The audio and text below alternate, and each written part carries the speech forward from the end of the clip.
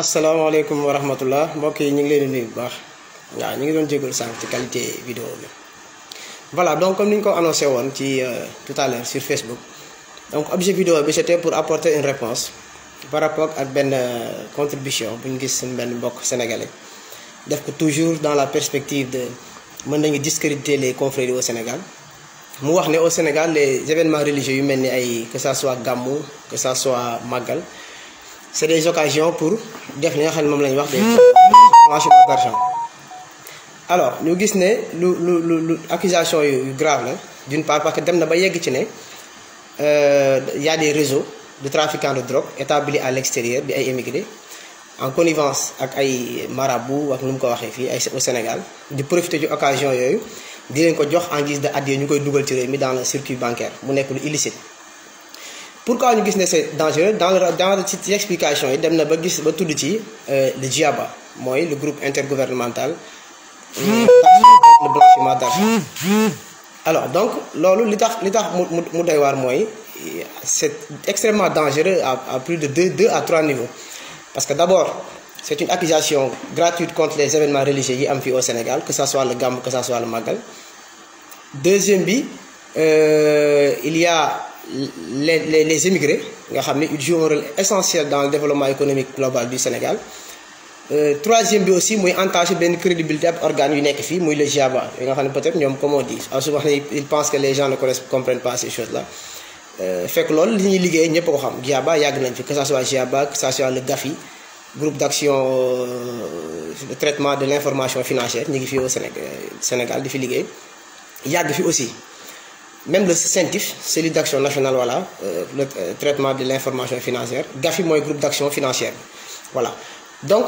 dans le cadre, ce qu'on appelle les flux financiers illicites. D'ailleurs, ça, c'est le cadre Bob la doon wax. Alors, quand on parle de flux financiers illicites, globalement, am na benn livre édition la buy génn chaque année ñuy wax Ramsès ñoom def nañ ci benn étude bu intéressante depuis très longtemps en 2016 tuddee ko l'Afrique dans la globalisation de l'illicite di wax les pays africains ni ñu amee vulnérabilité ci problème mu flux financier illicite yi en 2018 aussi defaat nañ ko tuddee ko benn article bu ñu tuddee l'Afrique la mondialisation par le bas donc ay études yu bari la yu organe def fii di ko def dans le cadre du Sénégal maintenant bu ñu demee nag ba accusé ci lu mel ni les confrères nan dañuy def ay blanchiment d'argent di tudd sax ay pourcentage il parle de 10% de 20% comme s'il s'agissait d'un système établi parce que un système c'est ça c'est un maillon boo xam ni dina am ay gars yu nekk fii am ñu nekk fële am des intermédiaires et tout. Alors dans ces flux financiers illicites am na trafic de drogue ci la bokk trafic de médicaments trafic commerce yi di am. Même actuellement les crimes environnementaux booy nañ ko ci mooy trafic de bois yi trafic de ressources naturelles yi récemment aussi booy nañ ci fii en Afrique de l'Ouest avec ay études lu mel ni trafic de migrants parce que à chaque fois dañuy xool toute chaîne de production économique boo xam ni c'est en dehors du cadre légal rek ñu inscrire ko foofu trafic d'organes donc moyens yu bari la. Maintenant pour chaque pays ku ci nekk am nga ci part de responsabilité ak rôle boo ci jouer parce que chaque pays ce qu'on essaie de voir mooy est-ce que ce pays est une zone de production de l'illicite maanaam est-ce que kii wu illicite bi fa lañ koy liggéey te bu dee rapport de GIABA bi muy wax li mu gis mooy fu mel ni Sénégal d'accord c'est vrai ñu mel ni ay trafic de drogue ay cannabis bokk na ci aussi marijuana et cetera yooyu bokk na ci mooy yamba yi ñu kii fii mais aussi wala ñu xool ndax zone bi zone de transit la surtout avec la position géographique du Sénégal nga xam ni ay prix drogue yu mel ni ay cocaïne héroïne hashish et cetera nga xam yu ci bari day jógee en Amérique latine di dem ay Asie wala en Europe. Sénégal day nekk zone de transit pour ñu jaar foofu avec la position géographique du Sénégal wala aussi ñu xool ndax zone de destination la maanaam est-ce que réellement dëkk boobu mooy flux donc moom quand il englobe tout résumé ko profito ci citer des occasions comme les événements religieux day traduire encore une fois ce qu'on appelle naturellement chez lui très souvent ce qu'on appelle le complexe pathologique bi mu am en général. Moi, ce qui consiste à chaque fois quand tu fais une analyse, si c'est la politique, tu le ramènes à la classe religieuse. Si c'est sur le plan social, c'est la religion, les tariqa, etc. D'une part, tu n'as que lecture, mais de là à discréditer à ce point, c'est même entacher la réputation du Sénégal du côté boobu. Document yooyu may wax li nga xam ne moom lañ ci gën a gis dans le cadre de ci GIABA boobu may wax li ñu gën a gis mooy Sénégal le cas réel c'est avec le trafic de drogue te avec le trafic de drogue. La réalité mooy ñi ci ëpp ñi ci activé wu du moins c'est des gens qui sont établis à l'étranger, n'est-ce pas? À l'étranger. Pour la plupart du temps, ce ne sont pas des Sénégalais. Il y a une logique, peut-être on ne peut pas citer des pays frontaliers, et tout, mais des immigrés qui sont ici au Sénégal, à part le trafic de la drogue, le document que je cité, la GIABA, la cybercriminalité, actuellement danger au Sénégal. Donc, nous avons inscrit dans le cadre global, surtout dans le cadre de la lutte contre le terrorisme. Double ko fofu bañ fili financier parce que ce qu'on considère c'est que moi alimenter les financements pour le terrorisme. Alors donc di accuser la classe religieuse dans ce bi jëk fofu la nek dina ñëw souvent ci problème immigration nga xamni pour le cas du Sénégal en réalité il y a ce qu'on appelle la typologie des migrations nga xamni la plupart du temps les migration depuis les années 70 avec les périodes de sécheresse yoyu ci lañ gënon gis ci la commencé won c'est dans le nord du Sénégal. Après, bon, il y a les pays du Kayor, les pays du Ndiambour et tout, avec Bawol, dans la zone du Bawol. Leur destination première, en réalité, c'était les pays de la sous-région, Congo, Gabon, Côte d'Ivoire, on se rappelle que tu n'as pas parents, c'est dans la deuxième phase qu'ils ont surtout les pays développés du nord, à savoir surtout les pays de l'Europe de l'Ouest, que ce soit Espagne, que ce soit Italie, que ce soit France. Mais aussi en Amérique du Nord, États-Unis d'une part, après plus tard le Canada. Maintenant, la typologie a un peu changé parce que beaucoup de zones de destination choix, il y a Argentine, il y a Brésil et tout. Donc il y a une typologie qui évolue, n'est-ce pas? Mais ce qui est vrai, ce qui est réel, la communauté sénégalaise émigrée, amul fenn, je dis bien, dans les pays du Nord, il faut une communauté majoritaire. En Espagne, en Europe, en France. Yoy yep li may wax ne ku dem ci rapport OIM da nga ko ci gis boy xol les groupes majoritaires les groupes d'émigrés majoritaires amul benn bo xam da nga ci gis un groupe sénégalais mu nek un groupe majoritaire lolu amul muy benn. Deuxièmement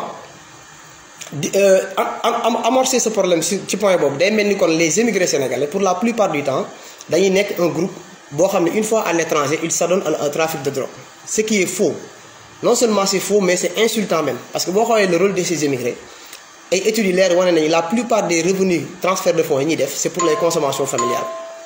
n'est-ce pas? Donc études pour comprendre réellement le rôle de ces immigrés. Aujourd'hui on parle de l'économie relationnelle. Un économiste sénégalais comme Felwine Sarr daf koy aborder à chaque fois ce que les immigrés sénégalais pour la plupart du temps appartiennent à des confrères, que ce soit des mourides, que ce soit parfois même des logiques ethniques, les Saraxule ou les Pulaar nga xamni fu melni ay France etc. Ils sont très bien établis. Ñoñu liggéey bi nga xamni mom lañuy def pour la plupart du temps parce que ils ont une conscience communautaire commune, ben trajectoire historique buñ bok. Donc dañuy regrouper wu di am ben modèle d'organisation bi def bo xamni lool on parle d'économie relationnelle. Mën nga ko prolonger non ba nga xamni moy ñew sur les transferts de fonds. Je prends un exemple simple. L'expérience a montré que cet exemple du Covid bi amone au début c'était à moins de 1000 milliards, mais malgré la Covid, les transferts de fonds des immigrés ont dépassé les 1000 milliards, ce qui est inédit. Non, l'économie relationnelle, le migrant sénégalais, avec culture, avec sociologie, à la base, pratiquement, même s'il est déplacé, la vérité, les confrères du Sénégal ont joué un rôle extrêmement important. Un rôle pour les immigrés joué. L'immigré sénégalais, qu'il soit mouride, qu'il soit tiyan, bu demone ba Canada, bu demone ba États-Unis, nek un immigré sur le plan économique wala am ki lu fu mëna nek identité mouritam du ko changer. Pays développé bi nek du ko changer. Nga xamni le jeune tiyan bi nek Canada, bi nek États-Unis, bi nek Europe wala dara ak lu mu nek immigré à l'heure du lazim par exemple nga xamni c'est une culture chez les tiyan da koy def. Lolu culture religieuse bi mu am ak culture confrérique bi mu am identité bobu da koy jël transférer ko fofu yobbu ko. Lolu nak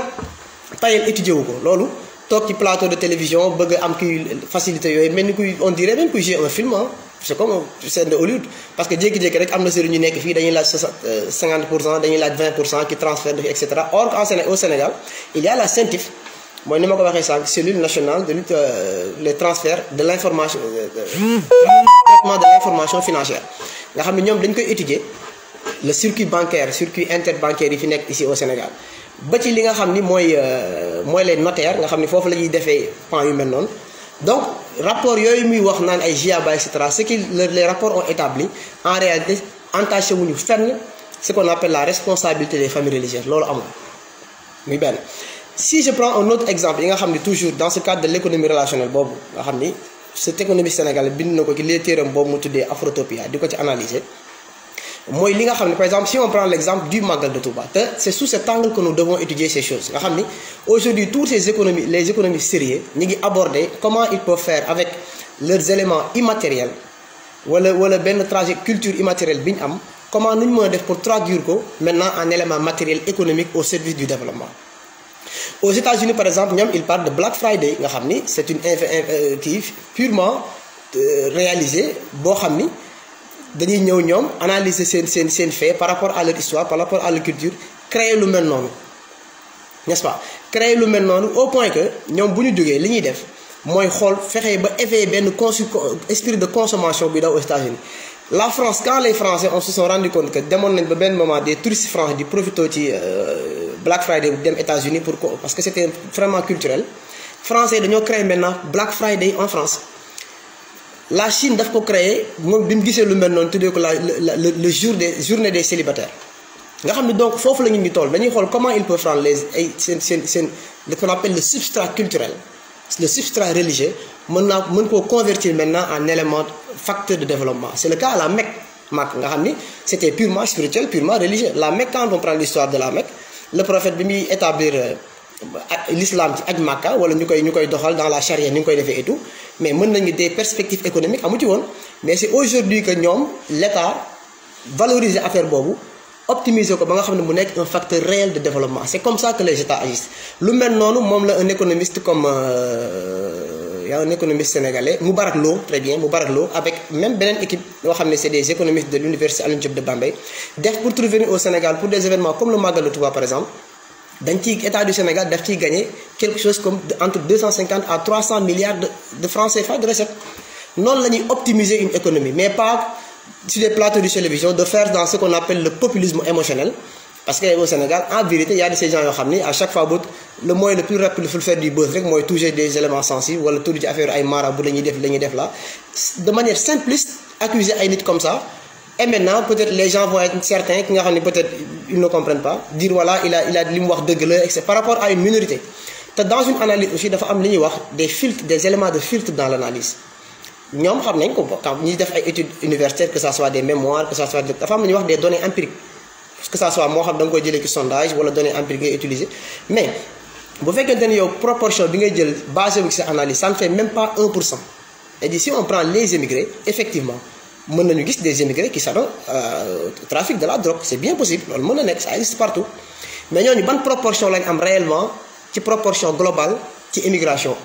nga fekk leen Espagne mais ñi dem foofu extérieur ñi koy dégg ak ñi fa dem que ça soit en Espagne que ça soit en Italie que ça soit en France que ça soit au Canada que ça soit aux États-Unis ban proportion ngay gis ci ay Sénégalais des Sénégalais là waxuma je parle pas d'Africains parce que c'est différent c'est très différent typologie migration yi même les types de métiers yi nga xam ne moom la Nigérien di def à l'extérieur bokkul ak bi Sénégalais bi def bokkul ak bu Malien bi def bokkul ak bu Congolais bi di def c'est pas la même chose li may wax nii une étude bu mel ni Financial Afrique je donne des éléments def na ci benn étude ba génne résultat yu mel noonu ku ci nekk ak li ngay def raison pour laquelle un pays comme l'Italie cette année dafa génne benn programme de 70 000 visas de travail mais ci biir bokk na ci ñi mu gën a ciblé pour octroyer à ces visas mais les Sénégalais pourquoi parce que en réalité la communauté sénégalaise est une communauté extrêmement intégrée c'est l'une des communautés les mieux intégrées de l'immigration aussi bien en Amérique du Nord qu'en Europe de l'Ouest nga xam ne foofu lañ gën a bëri donc yamale leen ci cadre yu mel noonu très franchement c'est même limité espoir ak perspective yi nga xam ne économie bi réellement moom la waroon mën a joxe et c'est extrêmement dangereux loolu ça peut même remettre en question politique de l'immigration de l'État globalement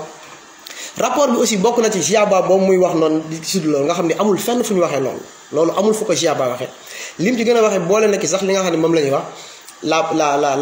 la politique financière des États. Souvenez-vous qu'ici au Sénégal, un premier ministre s'est levé pour dire que, par exemple, si je prends l'exemple de ce gars-là, c'est pas pour faire un sujet, mais c'est toujours dans le sujet parce que y a des blocs de flux financiers illicites. Le Sénégal exploitait le gaz. Bon, quelques années, l'année dernière, je pense que le puits de gaz au Gadagabi, l'entreprise Forteza, qui l'a fait. Mais ces flux-là, nous, entreprise Bobo, pendant toutes ces années, bénéfice ñu doon am loolu fan lay jaar loolu ci flux financier illicite lay dugg les taxes yi ñu waroon a fay étude bi loolu la wane am na Mohaza Omar bi nga xam ne mooy directeur de la politique de recherche du GIABA loolu def na ci ay éléments de recherche sax ba prouver lu mel noonu nga xam ni ce qu'on appelle premier facteur bi loolu la trafic drogue bi établir cadre bi mu nekk avec l'immobilier au Sénégal ni muy màggee et tout deuxième bi mu expliquer même les zones les destinations au Sénégal mooy la capitale ak li nga xam ni mooy la petite côte foofu fan la fa localité religieuse nekk ba ñuy profité ci ay gàmm ak ci ay màggal en quoi ça dépend de ça c'est faux loolu du dëgg donc ce populisme intellectuel émotionnel boobu ni ma ko waxee sànq c'est ça qu'on doit arrêter parce que loolu jëmalewul réew mi kanam ce n'est même pas avantageux pour ce pays toujours ci élan économique relationnel boobu nga xam ne souvent c'est pas pris en compte ñenn ñi sax boo waxee ñu gaawantu jékki-jékki rek ne c'est de l'informel mais c'est pas de l'informel c'est un pan important de l'économie boo xam ne dañoo war a essayer xool lu ñu mën a optimiser économie boobu pour xool nan lañ ko mën a utiliser à bon escient ni ma ko waxee sànq nga xam ni quand l'américain parle du Black Friday le français parle de Black Friday la Chine parle de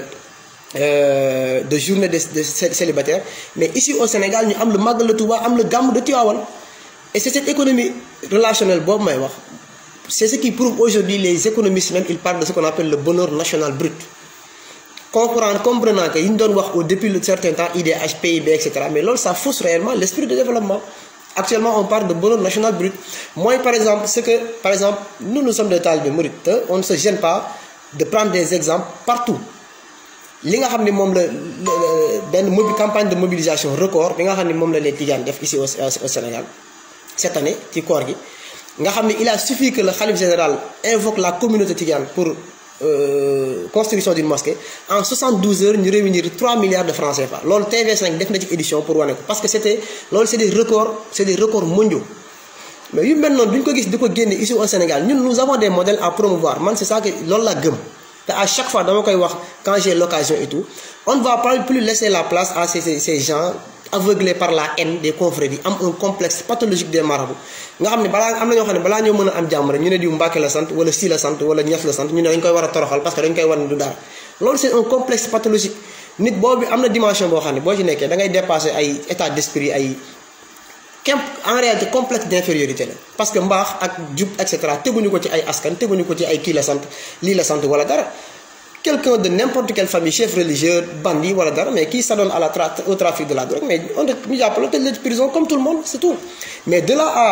à entacher la crédibilité des confrères c'est extrêmement dangereux ni ma ko waxee sànq de la même manière loolu même c'est une revanche historique au Sénégal c'est la seule communauté qu'on a vu mu construire un rail de plus de 50 kilomètres de 1929 à 1931 c'est la communauté mouride loolu c'est la triste réalité avec sous le règne de Serigne Mouhamadou Moustapha Mbacké avec la construction de la mosquée de Touba mënuñu ñëw ci temps bi ni mu demee ni ñu ko réaliser et cetera mais c'est extrêmement important pas yu mel noonu loolu dañ ko war a utiliser en guise de revanche historique pour remobiliser la jeunesse africaine la jeunesse sénégalaise surtout pour ñu xam l'héritage historique bi nga xam ne ñoom am nañ ko pour mën ci utiliser pour aller vers l'avant mais pas limiter sa analyse ci boo xam ni textuellement pour la plupart du temps c'est de la haine maanaam bañ confrérie bañ tarixa contre les benn sëriñ ñaari sëriñ et cetera nga bëgg a utiliser proportion ba maintenant pour généraliser il a même parlé de trafic d'armes mais c'est faux je suis désolé c'est faux trafic d'armes lourdes yi c'est que les rapports disent que ça soit les rapports Ramsès édition annuelle yooyu ma wax sànq que ça soit GIABA li ñuy wax en réalité le Sénégal c'est pas une zone de destination ci yooyu pour la plupart du temps zone de transit la wala même bu dee kii la on ne veut pas citer quelques pays mais ñu fiy déglu ay mag lañ y a des pays de la sous-région yoo xam ni avec ay problèmes de rébellion yi am na fu ñu koy jaarale pour muy dugg foofu loolu en quoi des marabouts sont liés à ça cité nga aussi ay problèmes de trafic de voitures bokk na ci li gën a compliqué actuellement dans le monde ñu xamal la ko aujourd'hui travail lu mel ni Interpol lu mel ni Europol c'est des organes extrêmement organisés yu mel noonu pratiquement duñ ne du rëcc nag mais ils sont extrêmement vigilants ci loolu parce que lu mel ni action terroriste yi am yëpp ci yooyu lay jaar donc loolu nga bëgg a jël loolu lépp bu ñu waxee nga ni way ay sëriñ diw ñoo ko fiy def ay famille religieuse yi ne fii sëriñ yi et cetera mel ni les sëriñ là sont dañuy obnubiler ñu non c'est une partie de la population comme tout le monde ñi leen gëm nekk leen ci côté boobu on peut même ne pas croire assez mën nga bañ a nekk murit nekk tijaan nekk xaadir et cetera mais quand on fait une analyse nga def une analyse objective mais faire une analyse boo xam da ngay entacher la crédibilité des immigrés ba mu mën a xañ Sénégal loo xam ni intérêt Sénégal la loolu c'est extrêmement dangereux deuxièmement ngay entacher ici sur le plan local bokkaan na ci ba tey rapport boobu lu ñu expliquer le cas de la fraude fiscale Mais quand par exemple dans un pays deux hauts fonctionnaires ont la possibilité de détourner 5 milliards 5 milliards yooyu ci flux financier initial lay dugg loolu ñan ñoo am possibilité def ko. On a sorti récemment benn organe des inspecteurs des impôts et domaines 2 à 3 qui auraient détourné 5 milliards ak yeneen ak yeneen ak yeneen ñu koy gën a def muy ouvrage yooyu may wax de référence que ça soit l'Afrique la mondialisation par le bas les éditions Ramsès extra ñoom ñëpp li ñuy gis mooy ñi ëpp ñuy def loolu d'abord c'est des étrangers qui sont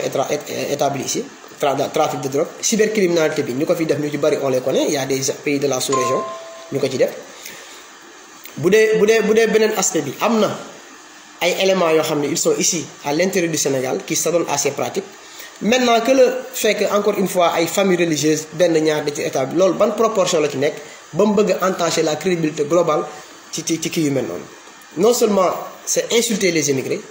c'est entacher la crédibilité de l'État du Sénégal dans sa politique d'immigration mais aussi c'est jouer dangereusement ci côté bi nga xam ne mooy les événements religieux rôle bi nga xam ne moom la ñu war a jouer dans le développement économique et social du pays loolu c'est extrêmement dangereux c'est une lecture vraiment simpliste de la situation waaw te ba tey ci livre dans cette perspective économie relationnelle boobu ñu doon wax aujourd'hui am na ba ay éléments yoo xam ne même si ça échappe au système bancaire classique nga xam ni économie relationnelle moo koy booster nga xam tey jii au Sénégal mën nga da ngay nekk fii au Sénégal avec l'esprit de solidarité l'esprit de confiance bi nga xam ne suñu religieux confrères yi ñoo ñu ko jox que ça soit mouride que ça soit tijaan wala parfois ethnique n'est-ce pas moo ñu koy jox à l'étranger bu ñu demee foofu mais dañuy emporter loolu aujourd'hui le phénomène des tontines yu ñuy wax nii ici au Sénégal di ko tudd nga xam ne dans une entreprise système bancaire bi même on le contourne pour faire mettre en place des systèmes de tontine au sein des entreprises classiques loolu dañ ko war a xool en tant que économiste en tant que sociologue en tant que historien et cetera di ñi liggéey ci yu mel noonu. Deuxièmement si vous prenez d'autres exemples même à l'extérieur nga xam ne tey jii man je peux être là bëgg a jënd benn oto boo xam ne 5000 € lay jar mais qu'est-ce que je fais appel à un ami qui est en France qui est aux États-Unis ne ko jëndal ma oto buy jar tant d'euros mu jëndal ma ko foofu il me l'envoie il paye les frais d'envoi man ma joxal ko fii dans sa famille ci frère am wala ci rakkam wala dara buy construire wala yu mel noonu modèle économique yooyu dañ ko war a jàngat parce que loolu sur la base de confiance ci la mën a nekk c'est ça l'économie relationnelle loolu bokk système classique bii ñu am en économie nii c'est pas en France c'est pas en Chine c'est pas en Angleterre yooyu ñoo ko am loolu c'est propre à nous Sénégalais te c'est des modèles que nous devons promouvoir à l'échelle mondiale même loolu nag premier élément bi ñu ci war a njëkk rek la mooy la confiance te loolu suñu guide confrérique gi may nañ ñu loolu nga xam ne tey jii man quand je suis mouride wala quand je suis un jeune tidiane bu installé ici avec esprit de substrat culturel bi ma bokk ak sama mbokk tidiane mën naa je peux faire appel à lui ne ko jëndal ma oto buy jar wala camion wala marchandise bu jar 10 000 € yebal ma ko ci oto envoyé ma ko mu def ko moom ci xaalisam envoyé ma ko xaalis bi ñu ko war a fayee ma évaluer ko fi jël ko joxal ko famem wala ma joxal ko construction bu muy def wala ma tegal ko fenn échange yooyu di am modèle économique boobu loolu c'est à revoir loolu c'est pas illicite c'est un modèle économique licite boo xam ni tout ce qui s'adonne à la lecture paresseuse de l'économie dañuy jéggi rek voilà informel mais c'est pas informel te noonu moo ko waxee nii ñi ci cité muy les modèles de référence surtout en Afrique de l'Ouest yi bokk na ci les communautés mourides bokk na ci aussi les peuples Hausa loolu mooy la réalité loolu c'est des données scientifiques yu ñu war a étudier xool ko à travers les conflits dernier élément bi ñu bëgg a wax mooy aussi surtout nous les jeunes sur à travers les réseaux sociaux là ñu am benn conviction bu ñu am sur le plan religieux xam ni nous avons un héritage culturel un héritage religieux confrérique bu ñu war a conserver jalousement te bañ a tomber dans les pièges qu'on nous tend ci aspect yu mel nii dégg naa ko sax moom Diagne mu wax ba ni am nañu ne ci réseaux sociaux ñi ki dàq saaga dañuy wax ni ay murid lañ mais dama lay war rappeler rek peut-être benn mais nit ki ni nga waxee rek souvent nu mel noonu lañ lay tontu quand une personne de 50 ans ak noo mën a dool tokki tale tu accuses gratuitement les gens comme ça loolu c'est une forme d'insulte mais boo ko waxee xale bi nga xam ne yaa ko mag mu am 20 ans 12 ans 13 ans mais bu la saaga yaa saagalu sa bopp Sëriñ Tuubaa day wax ci Nahjul Hadaal Haaj téere muy wax ci xam-xam ne an takun maa jamii'a naas kamaa tuhibbu an yakuna maak nit ñi dangay mel ak ñoom kem ni nga bëggee ñu nekkee ak yow boo bëggee boo waxee ci xam-xam nit ñi wax ak yow ci xam-xam dangay wax ak nit ñi xam-xam def une lecture transversale parler des causes d'une chose parler des conséquences parler des perspectives etc mais boo ñëwee tu entaches la crédibilité des gens tu entaches la crédibilité des confrères wax ci lu la neex à ton âge xëy na doo mën a saaga ñun ñii duñ la saaga parce que am nañu ay arguments scientifiques yu ñu mën a démontrer li nga wax te man je vous défie scientifiquement et publiquement